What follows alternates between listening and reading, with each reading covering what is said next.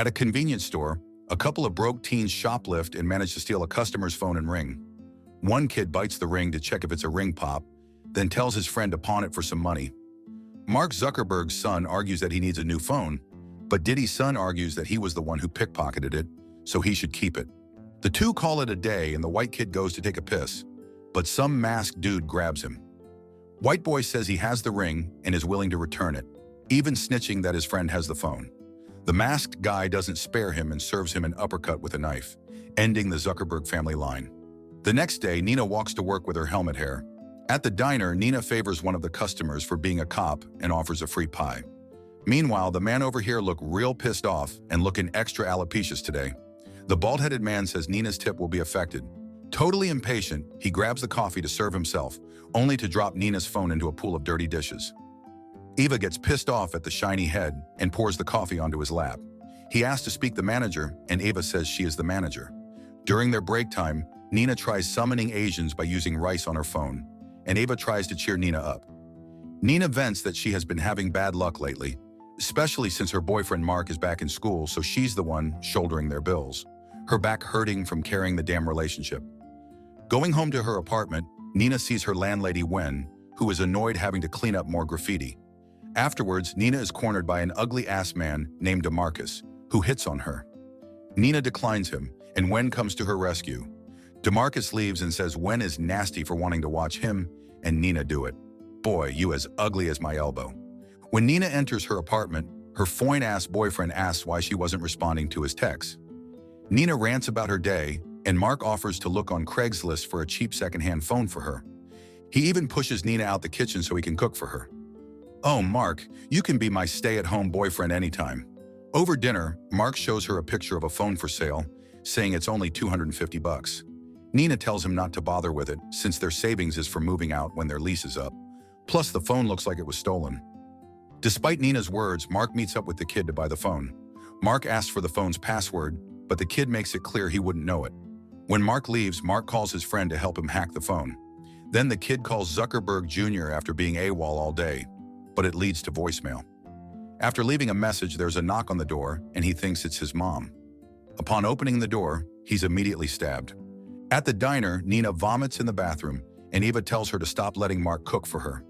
Nina says that it may not have been Mark's cooking after realizing her period is late. Seems like Mark's been putting extra Greek yogurt in her buns instead. Detective Breslin arrives at the crime scene, and Sergeant Davis shows him around the house. The two conclude that it wasn't a robbery, since nothing seems to have been stolen in the house, and the kid still has his $250 in his pocket. After the investigation, Breslin runs into a woman named Abigail, whose sister was also a victim of a brutal stabbing, and whose boobs look like they hate each other. Abigail believes it's the same killer going around, but Breslin tells her not to spread rumors around since the neighborhood has enough crime. Abigail says it's been 6 months since her sister has gone missing, but Breslin only reassures her that they'll find her. Back at the diner, Eva hands Nina a pregnancy test. Nina cries that although she wants to be a mom, she isn't ready to bring a new life into the world, especially since Trump hasn't lowered egg prices yet. When she returns home, Mark trying to seduce the audience with his body. Nina excuses herself to the bathroom to take a pregnancy test. Mark puts the phone on the table with a ribbon, not bothering to replace the bloody case at all. Impatient, Mark knocks on the bathroom door, interrupting Nina from seeing the result of her pregnancy test. Nina leaves the bathroom to see the phone Mark bought for her, disappointed that Mark spent money for a nice phone. Mark assures her that he'll start hustling for money so they can move out and finally put a ring on her. Then Mark picks her up so they can have some porking time. Afterwards, the couple talks about their future. Mark says he'll build her a studio since she's a talented painter and a nursery for their baby, reminding Nina about the pregnancy test she hasn't checked. And for some reason, she still forgets to check, leaving the viewers in suspense. The next day, Nina snoops into her new phone before resetting it. Suddenly, she finds a creepy video of a woman crying with her mouth taped. She calls Mark to check it out, and they watch as the cameraman plays around with the woman using a knife. Mark immediately shuts the phone off after seeing the woman get stabbed to death. Nina says they have to call the police, but Mark is worried about getting accused for stealing the phone or being suspected about its contents. Nina cries and orders him to call the cops, wanting him to reveal where the phone came from. After calling the police, they soon receive a call from the phone. Nina starts panicking and tries to turn the phone off, but there's sudden banging on the front door. Mark heads to answer it, thinking it's the cops, but Nina stops him and says it's only been 5 minutes since they called. Mark slightly opens the door after hearing it's the cops, but he's immediately stabbed in the neck. The masked man breaks into the apartment, and Nina hurries to run away from him. She descends the stairs outside and asks Wen to let her in, saying there's a killer on the loose. Wen hurries to lock her front door, but the masked man barges in and kills her. Nina continues to run away. She finds DeMarcus and warns him she needs help from a killer. DeMarcus really says, "I don't do drama," and shuts the door on Nina. Nina uses a lift to get away, but the killer breaks the fuse. After struggling, Nina eventually finds her way out just in time as Davis arrives. Davis tries to inspect the area, but the masked killer quickly gets to him, stabbing him right in the skull. Meanwhile, Nina is kidnapped by some musty man with long hair. When she awakens, 2 hobos named Traps and Spoons hover over her, acting creepily. They ungag her, and Nina immediately informs them about the killer on the loose. The 2 only giggle and say they'll take good care of her. Eva and her foin-ass boyfriend Oscar arrive, and Eva heads up to check on Nina. Upon entering Nina's apartment, she's horrified to see Mark's dead body. She runs back to the car to tell Oscar that Mark is dead and Nina is missing, but Oscar is in a hurry to leave. Eva refuses to leave, desperate to find Nina. They prepare defense items and call out Nina's name, but they spot Davis' body in the corner. While they look for Nina, Nina is pinned down by Traps, who wants a taste of her. Traps pouts when Nina isn't into her, so Spoons threatens to damage her face. Nina tries to bargain with them by giving them money in return for her freedom, but the 2 say that Nina costs way more. As Spoons prepares to make his move on Nina, Traps' neck is soon sliced by the killer. Spoons is repeatedly stabbed shortly after, his internal organs spilling out in front of Nina. Nina's screams is heard by Eva and Oscar, who quickly arrive at the scene as the killer records Nina. Oscar beats the man with a crowbar, and the 3 flee the room. The killer quickly regains himself, and Oscar tries to protect the girls. Oscar is thrown off the railing, and the killer hooks the crowbar onto Eva's big chest. Eva is then pulled down, receiving the same fate as Oscar. The killer hangs onto the railing and picks himself back up while Nina continues to run away. After a few moments of silence, Nina finds the pregnancy test in her back pocket and sees it's positive. While the killer tries to look for Nina, she stabs him in the arm and runs away, chaining the gate behind her. With the killer unable to leave the gate, Nina calls the cops.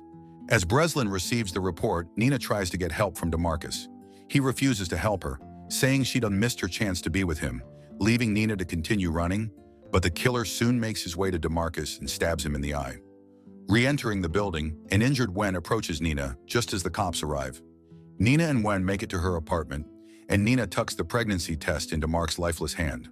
When Nina grabs the first aid kit from her closet, the killer just happens to be there and swings at Nina. Nina runs away with a knife to defend her, but the killer easily swats it off.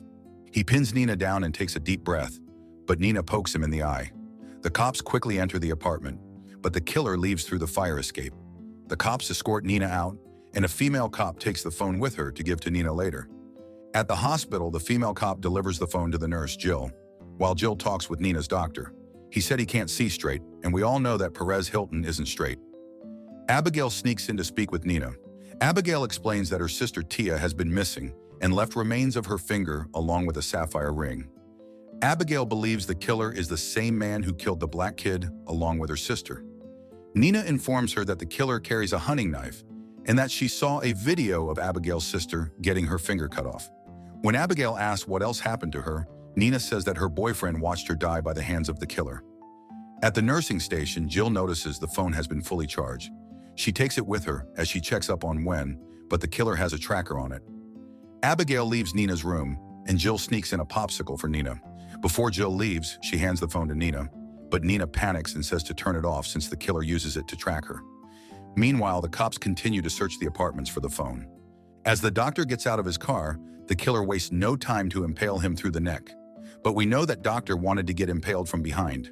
The killer makes it inside and kills the security guard, causing Jill to run away and tell Nina that the killer is there. Nina yanks the IV out of her hand, and the two leave the room. Nina and Jill sneak behind curtains with the killer close on their trail. Jill leads Nina to her phone, but the killer had already broken it. When Jill looks at the bathroom, she sees the doctor's corpse, causing Jill's dumbass to scream. Alerting the killer, and the two hide until they can knock the killer down. They grab the chance to run away, but the killer hauls his knife towards Jill, knocking her down and killing her. Nina tries to bargain with the killer, saying she'll return his phone in exchange for her necklace and Tia's ring. The two of them exchange items and the killer walks away from her. Breslin stops the killer in his tracks and corners him, causing the killer to charge after Nina. Nina aims her tactical knife at him and presses the trigger, shooting the knife directly towards the killer's chest. Months pass by, and Nina has given birth to her son. As she paints in the nursery room, her baby wakes up and Nina carries him. Before she leaves the room, the phone rings with a no-caller ID. "Girl, that's just someone calling about your car's extended warranty." What did y'all think of this one? I will say that I was sad for Nina because everyone she knows has died, and I will give props to the non-stop horror sequences after it gets going. It's streaming for free on Freevee and Tubi, and there's no plans on a sequel. Subscribe to watch more videos like this. Turn on notifications. And leave a like, it really helps the channel out. Thank you for watching.